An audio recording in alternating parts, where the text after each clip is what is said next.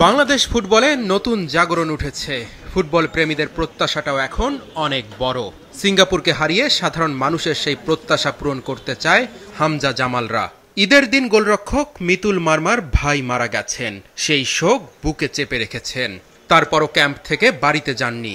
সিঙ্গাপুরের বিপক্ষে জয় নিয়েই ঘরে ফিরতে চান গোলবারের এই অতন্দ্র প্রহরী।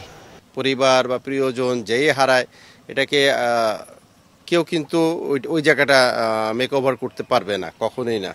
তো এবং আমরা যত কিছুই বলি, তার যে পরিবারের প্রতি তার যে ডেডিকেশনেস, সেই জিনিসটা কিন্তু সেই বুঝবে। তো সেই দিক থেকে আমরা মিতুলকে দেখেছি, সে খুবই স্ট্রং এবং স্ট্রং মেন্টালি সেইটাকে সুন্দরভাবে বরণ করেছে এবং সে বলেছে যে আমি আপনাদের সাথে আছি, টিমের সাথে আছি, টিমের যেটাতে ভালো হবে সেটাই করব।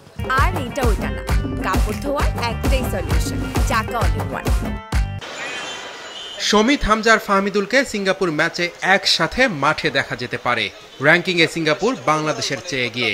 তাদের হারাতে কি ধরনের পরিকল্পনা করছে বাংলাদেশ দল?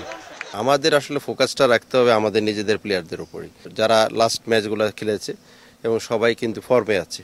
সমিত যেদিন আসার পর থেকে এখন সমিতের যে ইনক্লুডের ব্যাপার আছে, কোথায় খেলবে, একটা টিমের সবচেয়ে বড় কিন্তু জিনিসটা হলো যে আপনার সাবস্টিটিউট বেঞ্চ। যার যত সাবস্টিটিউট বেঞ্চটা ভালো থাকবে এবং অপশন বেশি থাকবে, সেই টিমটা করতে যেমন কোচদের মাথা ঘামাইতে হয়, অনেকে চিন্তা করতে হয়, প্লাস কিন্তু টিমের জন্য ভালো যে স্ট্রেংথটা আমার আছে, যে আমার একটার অপশন একটা আমি পাবো।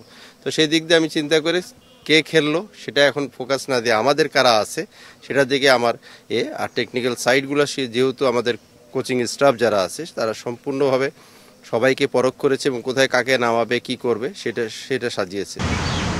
সিঙ্গাপুর ফুটবল দল দীর্ঘ 10 বছর পর বাংলাদেশে এসেছে। 2015 সালে জাতীয় স্টেডিয়ামে আন্তর্জাতিক প্রীতি ম্যাচে জয়ের সুখস্মৃতি নিয়েই সিঙ্গাপুর এখন ঢাকায়।